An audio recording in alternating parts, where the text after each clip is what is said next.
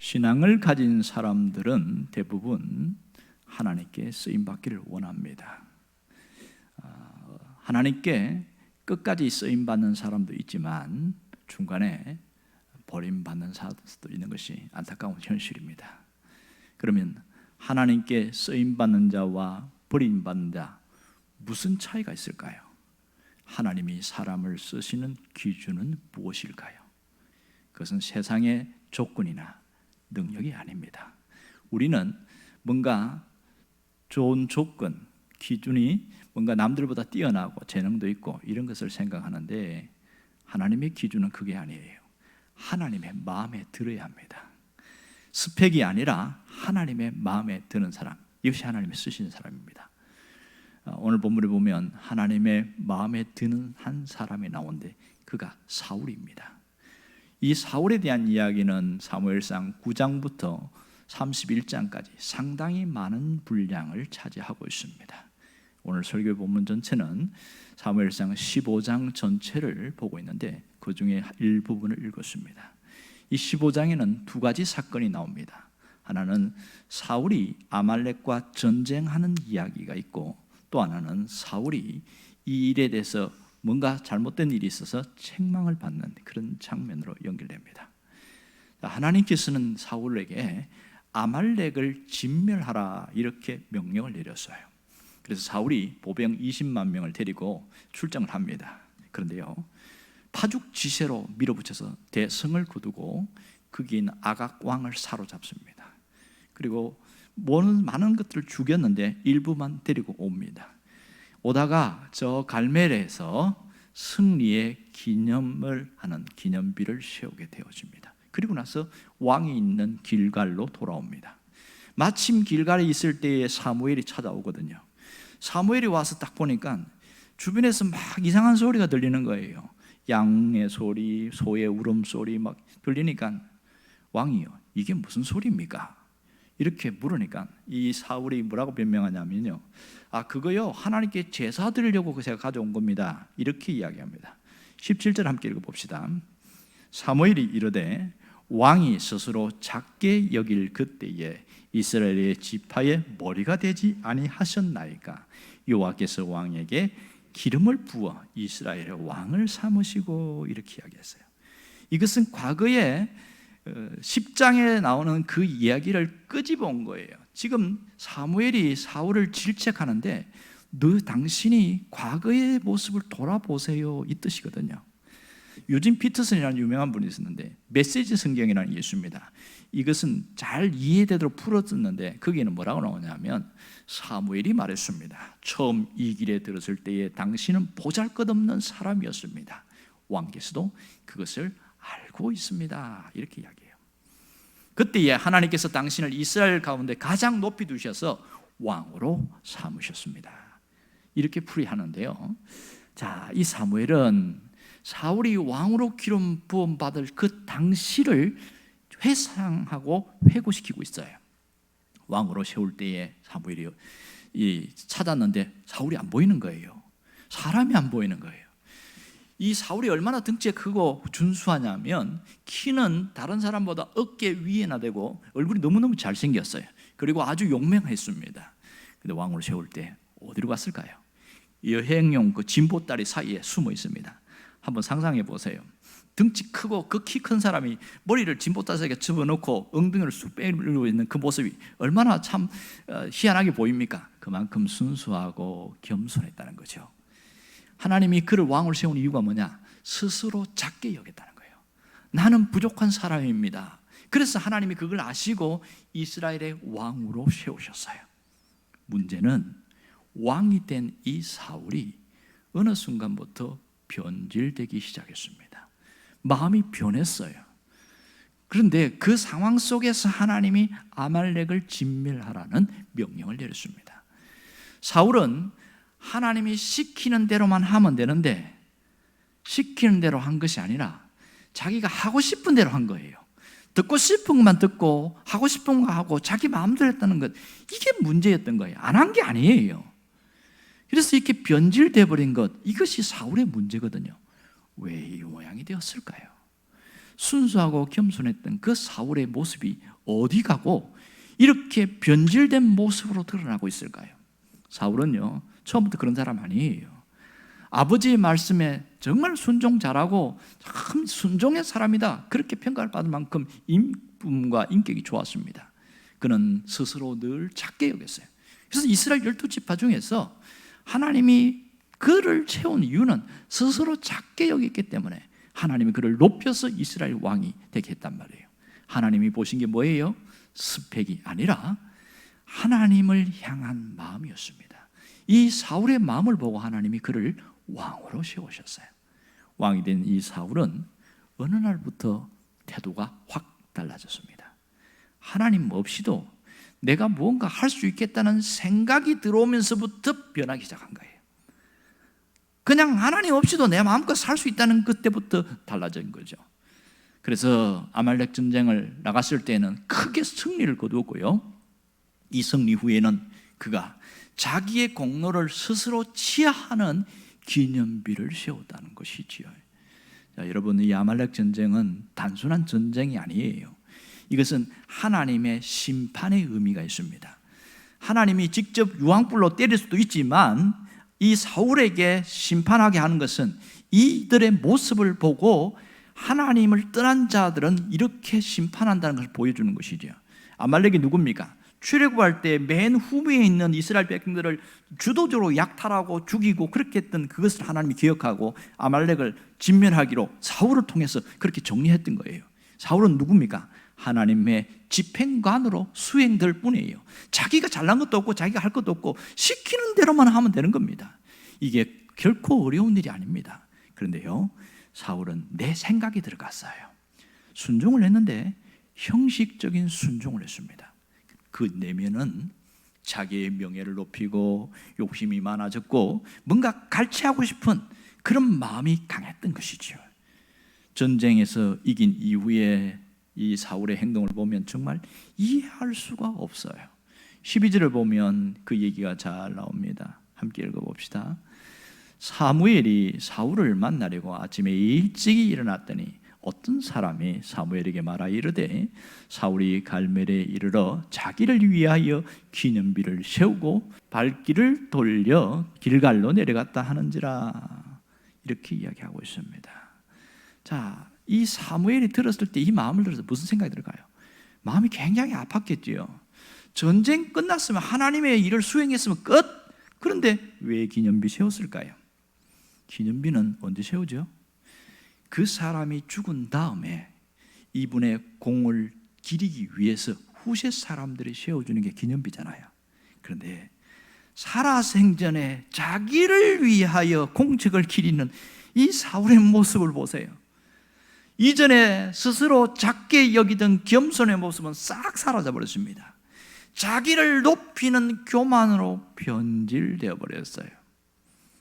왜 순종하지 않았느냐? 이렇게 물었더니 그거요, 사실은 하나님께 들으려고 제가 가져온 건데요, 이렇게 이야기한 겁니다. 이 사무엘이 옆에 소와 양의 소리는 도대체 뭡니까? 이랬더니 그거 백성들이 하나님께 제사 드리면 좋겠다고 해서 그냥 가져온 겁니다. 맞습니까? 틀립니까? 그것은 위선이에요. 잘못되었어요. 사실은 자기가 탐심이 나서 가져온 것이지, 해봐야 하나님께 드려봐야 한두 마리밖에 더 드리겠어요? 나머지는 자기가 다 갖는 거겠죠. 왜 이 모양으로 변질되었을까? 사울은요, 처음 마음을 잃어버렸기 때문에 그렇습니다. 처음 왕이 되었을 때의 그 초심을 잃어버리고 나니까 변질되어 버린 겁니다. 하나님은 사울을 더 이상 쓰실 수 없게 된 것은 그의 마음이 변질되어 버렸기 때문에 그렇습니다. 사무엘상 13장에 보면 블레셋과의 전쟁이 일어나는 일이 있습니다. 블레셋이 대규모 전쟁을 벌여서 이스라엘을 먹으려고 왔어요. 그들을 가지고 전차 병거만 3만 대거든요. 기병대가 6천 명이고, 그리고 보병이 바다에 모래 같다. 그래서 수십만 명이에요. 그런데 이스라엘 몇 명 모인 줄 아세요? 많이 모여봐야 수만 명입니다. 한 몇 천에서 몇만 명밖에 안 돼요. 세상에 전차 부대 3만 명이면 초토할 수 있는 엄청난 병력이죠. 이 싸움이 안 되는 거예요. 이거는 오합지졸들만 모였는데 이스라엘 백성들 훈련이 안 됐어요. 그래갖고 전쟁이 무서워가지고 굴에 숨고 숯불에 숨고 바위 틈에 숨어가지고 벌벌벌 떠는 거예요. 이미 승산 없는 싸움입니다. 근데 사울이 하나 딱 믿은 게 있어요. 하나님께 제사 들고 난 다음에 여호와께서 싸우라! 그러면 이길 수 있다는 그런 기대감이 있었어요. 그래서 제사를 드리려고 기다리고 있는데 누가 나오냐면 이 사무엘 선지자가 안 오는 겁니다. 안 오는 거예요. 해가 떨어지려고는 안 오는 거예요. 그래서 사울이 한 말이, 그거 제사 드린 거 뭐 별거 있나? 그냥 하면 되지. 괜찮겠더만 하고서 자기가 제단 쌓아놓고 거기에다가 소를 잡아가지고 그렇게 제사 드린 거예요. 다 끝났어요. 번제를 드리고 난 다음에 다 끝났어요. 그때 마침 사무엘이 도착했습니다. 그래서 사무엘 선지자가 왜 왕께서 제사를 드렸습니까? 그랬더니 13장 12절에 보면 내가 부득이하여 번제를 드렸나이다 이렇게 말합니다.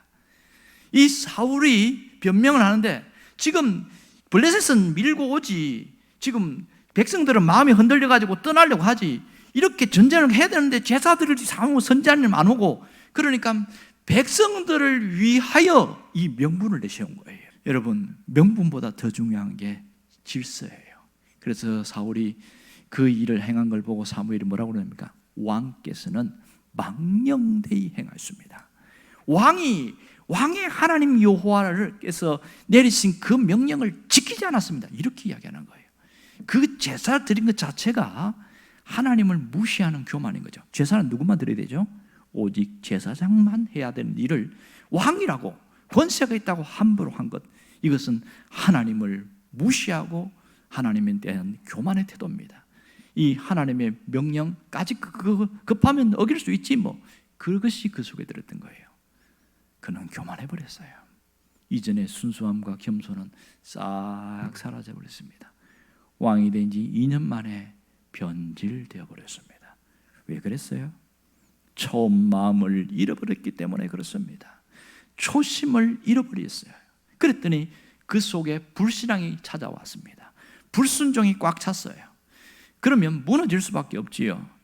이 처음 마음을 잃어버리면 자기 교만에 빠지고 왜 그랬냐 물으니까 변명하고 핑계하고 사실은 내가 잘못한 게 아니고 백성들 때문입니다, 이런 모양이 돼버린 거죠. 백성들이 두려워서, 흩어지는 게 두려워서 내가 이 제사를 드렸습니다. 부득이하여 자신의 잘못을 백성들에게서 돌리는 그 하나님께 통하지 않는 것이지요. 순종이란 무엇입니까? 이 사무엘이 뭘 이야기하냐면 왕께서는 왕의 일만 하면 됩니다. 이게 순종이에요. 이렇게 했어요. 다른 일은 안 해도 됩니다. 기다리라고 그러면 기다리면 되는 것이지 그걸 그저 편법을 써가지고 하는 거, 그거는 순종이 아닙니다. 이 얘기한 거예요. 조급한 마음으로 하는 것 순종 아니에요. 온전히 순종하는 사람은 기다려야 될 것은 기다리는 겁니다. 우리는 무슨 생각하냐면 항상 뭘 하는 것만 순종이라고 생각해요. 그런데 기다려야 할 때는 기다리는 것 자체가 순종이라는 걸 잊어버립니다. 사울은 뭘 잊어버렸어요? 그걸 잊어버린 거죠. 그저 조급한 마음, 조바심 때문에 다른 거 생각 안 하고 어쨌든 전쟁에서 이겨야 되니까 뭐 그런 생각을 한 것이죠. 온전한 마음으로 하나님께 나가는 게 대단히 중요한데 사울은 그걸 놓쳐버렸습니다. 13장 12절에 보면 이렇게 말합니다. 내가 부득이하여 이렇게 하였나이다. 오늘 21절 본문에도 이렇게 나오고 있지요. 당신의 하나님 여호와께 제사하려고 양과 소를 끌어왔나이다 하는지라. 여기서 잘 보세요. 사울이 뭐라고 그래요? 당신의 하나님이라고 그래요. 나의 하나님이 아니라 사무엘의 하나님이라고 이야기하는 거예요. 기가 차죠. 이 마음에 신앙이 무너진 다음에 불순종이 들어오니까 그 사람이 불신앙의 사람이 되어버린 겁니다. 범죄한 이 사울이 회개할 수 있는 기회마저 잃어버렸습니다. 사무엘 선지자가 이때에 아주 중요한 말합니다. 우리가 너무 잘 알고 있는 말입니다. 22절 말씀인데요, 뭐라고 그러는지 아세요? 여호와께서 번제와 다른 제사를 그의 목소리를 청종하는 것보다 좋아하시겠습니까? 이렇게 말하는 거예요. 그래서 성경 유명한 말이 있죠. 순종이 제사보다 낫고 듣는 것이 순양의 기름보다 낫도다. 순종이 제사보다 낫다는 가르침이, 이 유명한 말씀이 여기에 나오는 거예요. 뭘 얘기하고 있습니까? 순종 없는 제사 의미 없습니다. 순종 없이 말씀을 거역하는 것 잘못된 것이지요. 순종 없는 종교적 의식, 봉사, 희생 아무 소용없다는 겁니다. 이 사울의 모습을 통해서 오늘 우리가 깨닫게 되는 것이 정말 많습니다. 그것은 하나님께 쓰임받고자 하는 사람이 있다면 정말 말씀 앞에 직면할 수 있어야 돼요. 자신을 들여다볼 수 있어야 돼요. 뭘 봐야 됩니까? 하나님이 나를 쓰시기 시작할 때 지금도 겸손함이 남아있는지를 점검해 봐야 됩니다. 또 하나는 내가 처음 마음을 잃어버리지 않았는지 점검할 수 있어야 됩니다. 오늘 내가 얼마나 하나님께 순종하고 있는지, 혹은 내 생각이 앞서가고 있는지 아니면 뒤따라가는지 점검해 보아야 합니다. 우리 자신을 돌아보지 않으면 정말 회개할 수 있는 기회조차 잃어버릴 수도 있다는 사실이에요. 오늘 우리가 마음에 결심할 것은 나는 하나님보다 절대로 앞서지 않겠다. 나는 처음 마음을 결단코 잃어버리지 않겠다. 이 결심이 있기를 원합니다. 하나님은 사울의 모습을 통해서 보여주시는 그 이유를 우리가 절대로 놓치지 않아야 합니다. 우리가 살아가면서 보면 신앙을 가진 사람들이 참 다양한 모습으로 살고 있습니다. 주변에 신앙 가진 사람들 어떻게 살고 있어요? 어떤 모습으로 신앙생활하지요? 이 온전히 순종하는 사람처럼 그렇게 있는 분도 있지만 사울과 같은 모습으로 살아가는 사람도 있어요. 처음에 엄청난 은혜를 받았는데 그만 어느 순간부터 변질된 사람도 있습니다. 여러분, 지금 우리의 삶이 어때요? 급변하는 세상 속에 유속이 빠른 물결처럼 휩쓸려가는 현실을 살아가고 있습니다. 너무 빨라요. 세상이 너무 빨리빨리 변하니까 따라가기도 힘듭니다. 그런데 문제는 신앙도 변하는 사람이 있더라는 거예요. 이 빠른 세상 속에 변하지 않아야 할 것은 딱 신앙인데 신앙이 변하는 사람이 있어요. 신앙이 변했다는 걸 뭘 보고 알 수 있지요?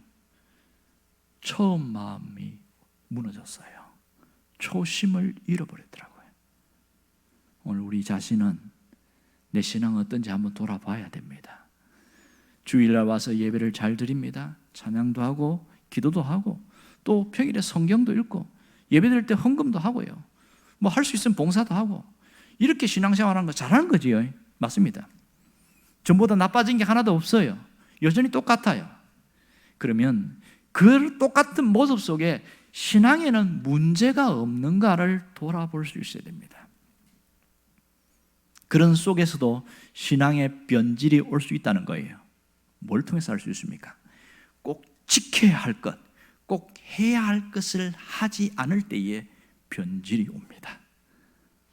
내가 해야 되는데 귀찮고 하기 싫고 그냥 하나님이 뭐라고 말씀하시든 내가 하기 싫으면 안 하는 것, 그때부터 문제가 생기더라고요. 여러분, 우리가 변질되지 않으려면 어떻게 해야 됩니까? 잃어버린 내 하나님을 향한 내 마음 회복해야 됩니다. 하나님은 이 사울의 모습을 통해서 내가 잃어버린 게 무엇인지를 돌아보기를 원하고 있어요. 그리고 처음 마음을 되찾기를 원하고 있습니다. 처음 하나님 앞에 신앙을 가졌던 그 마음을 찾아야 되는데, 혹시 내가 초심을 잃어버린지 아닌지를 어떻게 알 수 있냐? 처음 은혜 받았을 때 그 마음을 유지하고 있느냐? 내가 처음 기쁨 받았을 때 그 마음 그대로 있느냐? 하나님 앞에 응답을 받았을 때 그 뜨거운 마음, 그 감사하는 마음 그대로 갖고 있느냐? 스스로 돌아볼 수 있는 것 아니겠어요? 우리는 처음 마음을 회복해야 합니다. 처음 마음을 회복해야 일어설 수가 있습니다. 이 초심을 지키는 것은 내가 살고 교회가 사는 일이에요. 끝까지 초심을 잃지 않는 것은 내가 복을 받고 교회가 복을 받는 길입니다. 이렇게 초심을 잃지 않으려면 뭘 하면 되죠? 어떻게 하면 됩니까? 내 삶의 흔적을 새롭게 하시길 바랍니다. 왜 초심을 잃어버렸을까요? 내 삶에 하나님의 흔적이 지워졌기 때문에 그렇습니다.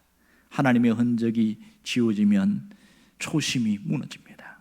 사울을 보면 지금까지 정말 초심을 갖고 왔는데 어느 날부터 자기가 이룬 업적을 생각하기 시작했어요. 하나님을 생각한 것이 아니라 자신의 것을 생각하는 그 결과가 아말렉 전쟁에서 나타났습니다. 이 전쟁에서 이기게 하신 하나님의 흔적을 싹 지워버렸어요. 그게 뭐예요? 기념비 세운 거 아니겠어요? 우리도 마찬가지입니다. 내가 살아온 삶의 흔적을 자꾸 뭔가 세우려고 하는 사람이 있어요. 나를 위한 기념비를 세우려는 분들이 종종 있습니다. 기념비는 하나님의 흔적을 지워버리게 만든다는 것을 잊지 않아야 합니다. 이게 문제인 것이지요.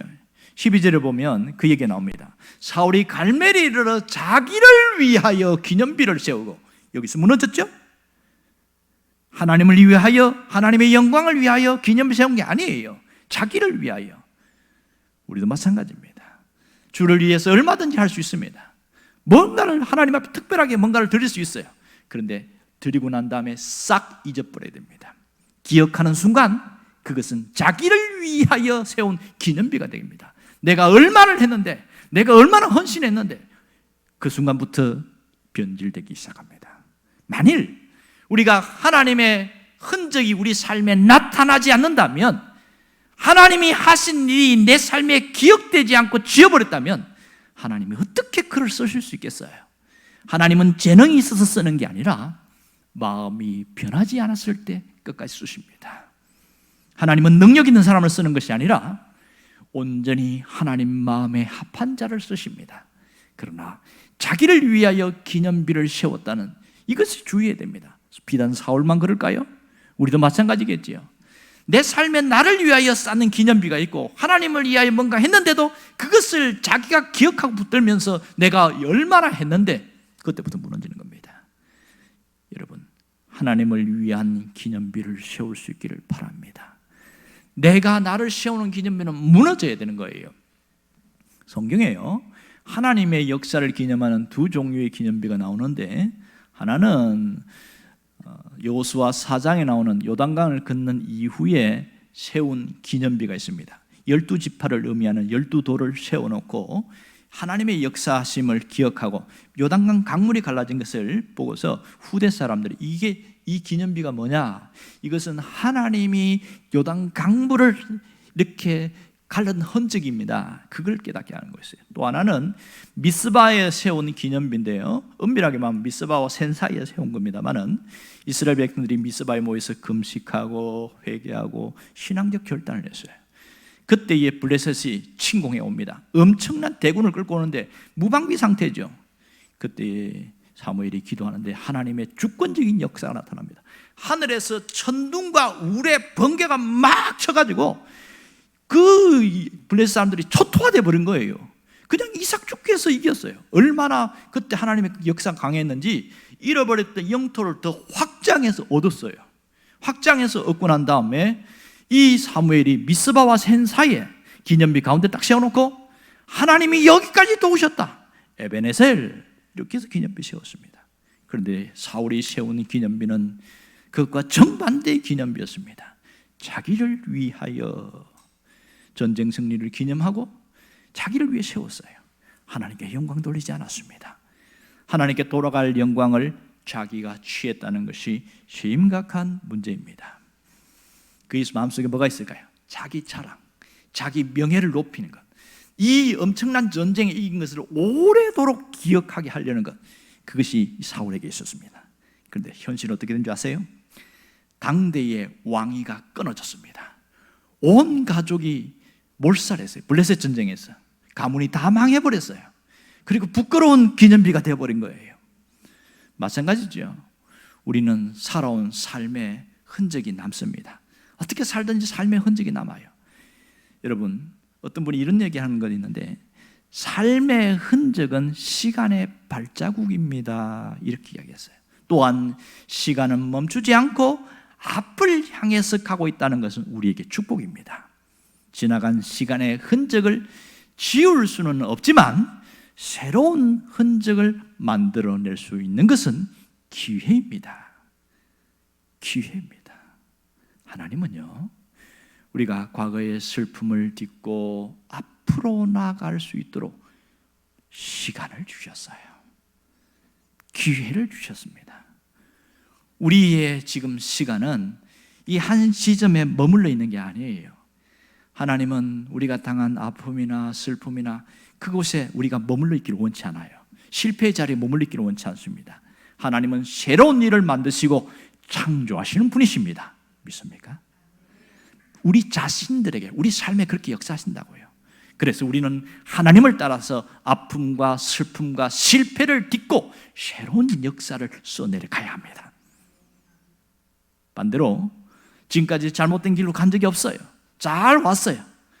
그렇지만 혹여나 여기서 삐끗하면 하나님이 쓰실 수 없는 자가 될 수도 있습니다. 중요한 것은 끝까지 잘 가는 게 중요합니다. 이 세상을 우리가 떠날 때까지 나는 어떤 사람으로 하나님 앞에 서 있어야 하는가, 그것을 고민할 수 있어야 됩니다.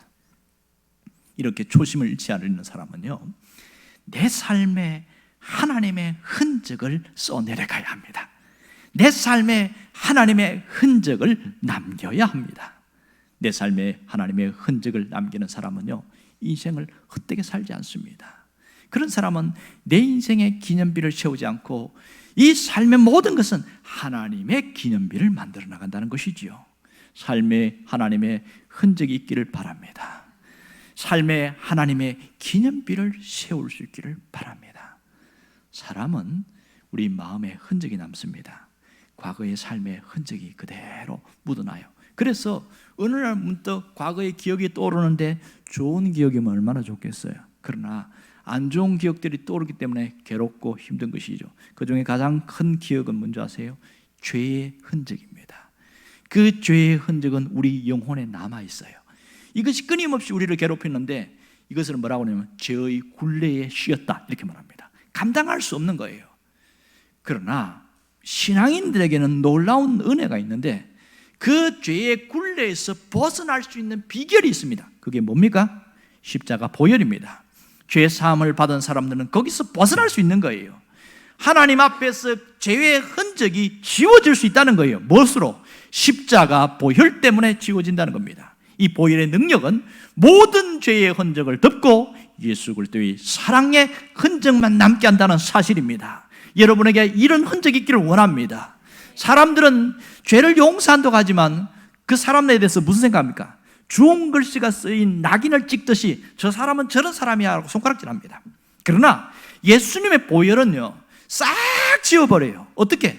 동이 서에서 먼 것 같이 우리의 죄과를 옮기셨나이다, 이렇게 변화했단 말이에요. 그 사랑을 알고 그 은혜를 배운 사람들, 그 은혜에 충만한 사람들은 더 이상 죄의 굴레에 씌어 살지 않습니다. 우리의 죄가 사해졌고 죄의 흔적이 지워졌다는 걸 믿기 때문에 다시는 죄를 기억하지 아니하는 주님의 말씀을 의지하고 살아갑니다. 죄책감과 죄의식에서 완전히 벗어납니다. 이런 자유한 자가 되기를 원합니다.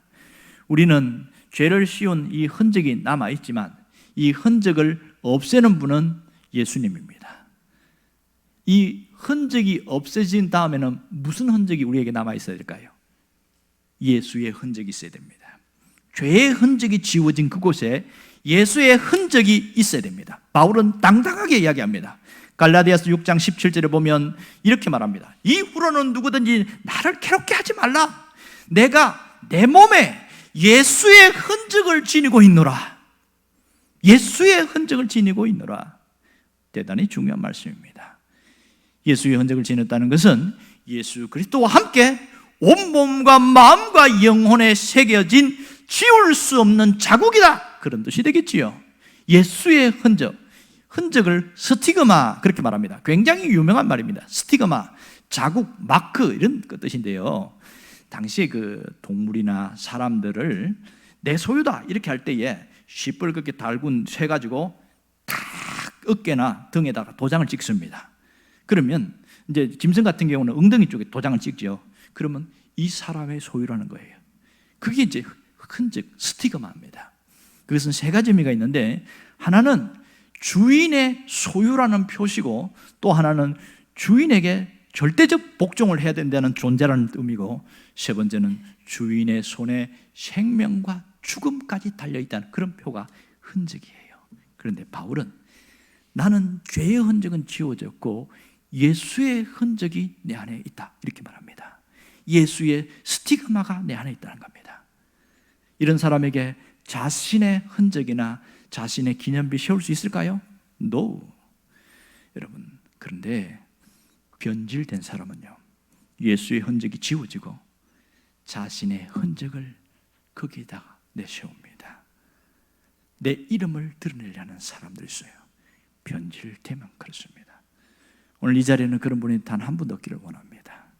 내가 하나님 앞에 도구로 쓰임받는 것이 대단히 중요합니다. 그렇긴 하지만 쓰임받을 수 없는 이유가 뭐예요? 내 자신이 예수의 흔적으로 살아가지 않기 때문이었습니다. 우리는 예수의 흔적으로 살아가려고 하는 사람들이 되기를 원합니다. 그런 사람은 세례 요한의 말을 깊이 새겨야 돼요. 세례 요한은 자신의 정체성을 뭐라고 그러지 압니까? 요한복음 3장 30절에 그는 흥하여야 하겠고 나는 쇠하여야 하리라. 예수님은 더 드러나야 되고 나는 존재가 감춰져야 된다. 이것이 세례 요한의 모습이었습니다. 예수의 흔적을 남기고 살기를 원하는 사람은, 하나님 앞에 쓰임받는 도구가 되기를 원하는 사람은 그는 흥하여야 하고 나는 쇠하여야 하리라, 그 중심이 있기를 원합니다. 여러분, 이런 사람이 끝까지 하나님 앞에 쓰임받고 끝까지 하나님께 영광 돌리는 그런 삶을 살 수가 있습니다. 여러분이 그 사람 되기를 원합니다. 우리는 하나님 앞에 쓰임받는 도구라는 사실을 잊지 않기를 원합니다. 그럼 어떻게 하면 될까요? 지금 내가 뭐 하면 되죠? 내 삶의 왕이 누구인가를 분명히 하시길 바랍니다. 내 삶에 누가 왕이냐? 그렇게 물었을 때 당당하게 이야기할 수 있어야 돼요. 나의 왕은 오직 하나님이십니다. 나의 왕은 오직 예수 그리스도이십니다. 이렇게 고백할 수 있어야 됩니다. 그런데요, 우리가 예배하고 헌금하고 봉사하면서 가끔 삐뚤어진 사람은 내가 왕 행세를 하려는 사람이 있습니다. 하나님은 그것을 받지 않습니다. 쓰지 않습니다. 누구의 예배를 받으십니까? 나의 왕은 오직 하나님이라고 고백하는 사람 받습니다. 이런 사람들은 어떻게 살아요? 순종하죠. 순종. 믿음은 제3의 길이 없어요. 순종과 불순종 두 갈래 길밖에 없습니다. 그런데 끝까지 순종하지 못하는 이유가 있습니다. 왜 그럴까요? 순종하려고 하는데 어떤 사람은 순종하다가 중간에 포기해버려요. 이유는 하나님께서 그 하신 말씀이 뭔가 좀 나 삶에 좀 부족해, 좀 모자라, 그렇게 느끼는 사람은요, 순종하다가 그만둬버립니다. 순종하기 제일 힘들 때가 언제인 줄 아세요? 하나님의 말씀이 내 마음에 들지 않을 때가 있어요. 그때 순종 안 합니다. 처음에는 순수하고 믿음 있다고 하는 사람도 에이, 저런 말씀은 내가 꼭 안 들을 거야, 마음에 안 드는 때는 순종 안 합니다. 여러분, 객관적으로 생각해 봅시다. 은혜 받을 때, 은혜 받았습니다 할 때는 언제입니까? 말씀이 내 마음에 들 때예요. 말씀이 내 마음에 들 때. 그런데 내 생각과 다르면 은혜가 싹 사라져 버립니다. 그런데 하나님의 말씀이 늘 내 마음을 기쁘게 하고 있으면 얼마나 좋겠습니까? 말씀이 내 마음을 늘 기분 좋게 만들면 얼마나 좋겠어요. 때로는 듣기 싫은 말씀도 있어요. 내가 순종하지 못하는 것은 듣기 싫은 말씀을 귀를 닫아버리기 때문에 그런 일들이 생깁니다. 정말 순종이 뭔지 아세요? 순종은 듣는 것부터 시작입니다. 어떤 분들은 순종하면 뭔가 하려고만 하는데 아니에요. 잘 들을 수 있어야 진짜 순종입니다. 잘 듣는 것. 그래서 이스라엘 백성들에게 들어라 그랬어요. 들어라, 쉐마. 이것은 잘 들으라는 거예요. 정말 순종을 잘하는 사람들은 귀를 기울이랍니다. 무엇이? 하나님의 말씀에 귀를 기울일 줄 아는 것이지요. 여러분은 말씀에 먼저 귀를 기울일 수 있는 이 사람 되기를 원합니다. 그렇게 말씀에 귀를 기울이기 때문에 삶이 어떨까요? 달라요. 예배 어떨까요? 달라요. 똑같이 예배 드리러 왔지만은 갈 때는 확연하게 다릅니다. 왜? 이 사람은 잘 들었기 때문에 삶에서 변화가 일어난단 말입니다. 말씀으로 즐겁게 살아가고 신앙생활하는 게 너무 기분 좋다, 재밌다, 이런 사람들은요 정말 순종하는 사람입니다. 여러분, 그 사람 되기를 원합니다. 잘 들었는데, 그래서 내가 내 삶의 주인은 하나님입니다, 내 삶의 왕은 하나님입니다, 이렇게 고백하는 사람들, 그러면 뭘 들어야 됩니까? 뭘 들어야 돼요? 오늘 내게 말씀하시는 그 말씀을 들을 수 있어야 되고, 오늘 내가 뭘 하기를 원하는지 각자 자기마다 달라요. 그런데 알아요. 내가 이거 해야 되는 거 알아요. 안 하고 있는 거 그거부터 시작하면 됩니다. 순종은 어려운 게 아니에요. 작은 것부터 시작하는 거죠. 하나님 말씀을 들었어요. 그러니까 내가 이걸 하기를 원하는 하나님의 마음을 느꼈어요. 그것부터 하면 되는 거예요. 순종이 별겁니까? 작은 데부터 순종해야 큰 것도 순종할 수 있습니다. 여러분이 순종의 사람으로 거듭나기를 주의 이름으로 축원합니다.